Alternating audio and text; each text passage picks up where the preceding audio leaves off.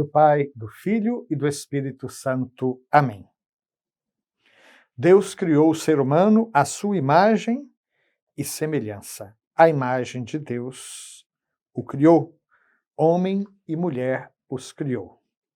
Caros irmãos e irmãs, depois de termos refletido no parágrafo 6º dessa parte em que o nosso catecismo reflete sobre o ser humano, a criação do homem, uno de alma e corpo, homem e mulher os criou, o homem no paraíso.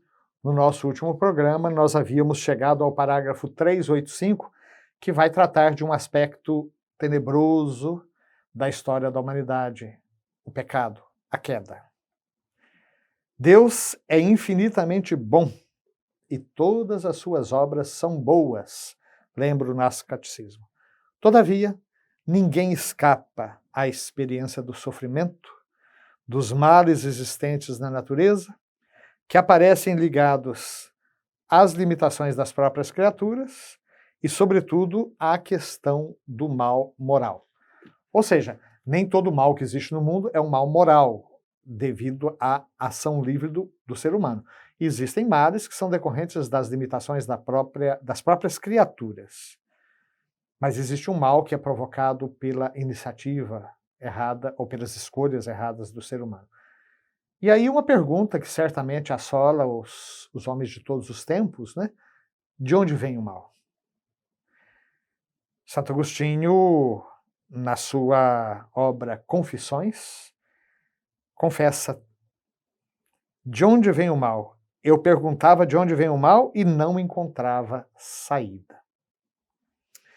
A sua própria busca sofrida não encontrará saída a não ser em sua conversão ao Deus vivo. Efetivamente, o mistério da iniquidade só se explica à luz do mistério da piedade.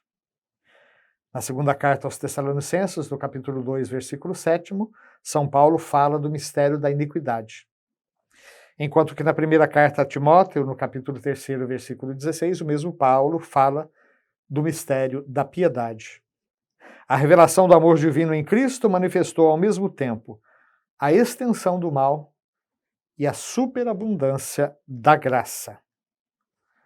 Precisamos, pois, abordar a questão da origem do mal, fixando o olhar de nossa fé naquele que somente ele é o vencedor do mal, nosso Senhor Jesus Cristo. Parágrafo 386. Onde o pecado abundou, a graça superabundou. O nosso catecismo prossegue, então, falando sobre a realidade do pecado. O pecado está presente na história da humanidade. Seria inútil tentar ignorá-lo ou dar a esta realidade obscura outros nomes. Para tentarmos compreender o que é pecado, é preciso, antes de tudo, reconhecer a ligação profunda do homem com Deus, pois fora dessa relação, o mal do pecado não é desmascarado em sua verdadeira identidade de recusa e de oposição a Deus, embora continue a pesar sobre a vida do homem e sobre a história.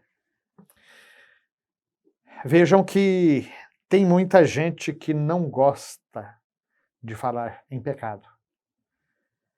Tem muita gente que acha que isso é fruto de moralismos, de discursos dominadores, que nada tem com a liberdade do ser humano. Muito pelo contrário, o pecado é justamente o fruto do mau uso da liberdade do ser humano. O mal existe e erros existem. Podemos dar nomes que quisermos: corrupção, violência, ódio, traição. Quantas coisas acontecem e que são decorrentes de más ações do ser humano livre. Agora, de fato, fora do âmbito da fé, nós não conseguimos perceber o pecado enquanto oposição e recusa ao projeto de Deus. Muita gente acha que o pecado é simplesmente ou estas falhas, esses males que acontecem no mundo são parte de um processo evolutivo que a própria ciência pode, aos poucos, perscrutar e tentar explicar. Ou seja, as próprias decisões do ser humano são frutos de reações químicas, enquanto que a nossa visão da pessoa humana quer ser uma visão integral que percebe no ser humano várias dimensões, além da dimensão biológica, dimensão psicológica, dimensão social, uma dimensão existencial, uma dimensão espiritual. E é essa totalidade do ser humano que deve ser anunciada para evitar reducionismos que só trazem danos à própria pessoa e que não respondem aos seus interrogativos últimos. De qualquer maneira, é uma grande graça que nós podemos pedir.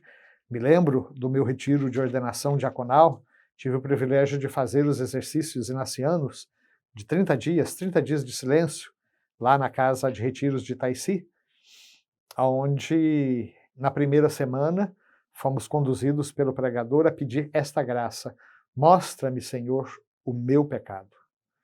Não apenas mostra-me, Senhor, uma lista de defeitos, uma lista de pecados, uma lista de erros ou de vícios que eu preciso superar. Isso também é importante para que a gente se conheça, eu saber onde eu estou falhando, os pequenos ou grandes vícios que eu tenho, os pequenos ou grandes defeitos que eu tenho, que atrapalham a vida de muita gente, a minha inclusive, que atrapalham o meu relacionamento com Deus, o meu relacionamento com os irmãos.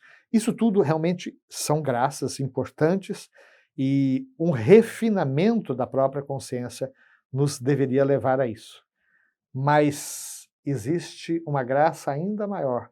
Mostra-me, Senhor, o significado último do meu pecado, enquanto recusa ao teu projeto de amor. Parágrafo 387. A realidade do pecado, e mais particularmente a do pecado das origens, só é entendida à luz da revelação bíblica. Existem, nas diversas profissões, a deontologia, existe o código de ética, por exemplo, o código de ética médica, o código de ética de um advogado, o código de ética de um político, de modo que um parlamentar pode ser cassado quando ele reconhecidamente falta ao decoro parlamentar. Então existem códigos de ética, o sigilo médico, por exemplo, o respeito à pessoa do paciente, e assim em todas as profissões. Nós não estamos ainda falando do pecado, estamos falando de uma ética profissional, estamos falando de deontologia. Mas a realidade última do pecado é uma realidade teológica. É uma realidade que só é entendida à luz da revelação divina. Sem o conhecimento de Deus, que a revelação nos dá, não se pode reconhecer com clareza o pecado. E somos tentados a explicá-lo unicamente como uma falta de crescimento, como fraqueza psicológica, como um erro, como uma consequência inevitável de uma sociedade ou de uma estrutura social inadequada, e assim por diante. Somente à luz do desígnio de Deus sobre o ser humano, compreende-se que o pecado é um abuso da liberdade, que Deus dá às pessoas criadas para que possam amá-lo e amar-se mutuamente. Queremos então, meus queridos, caminhando para o final desse programa, pedir também para nós essa graça tão importante. Mostra-me, Senhor, o meu pecado.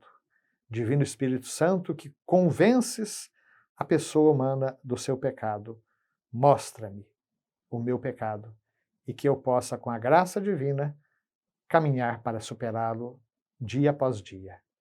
Deus seja louvado hoje e sempre. Amém.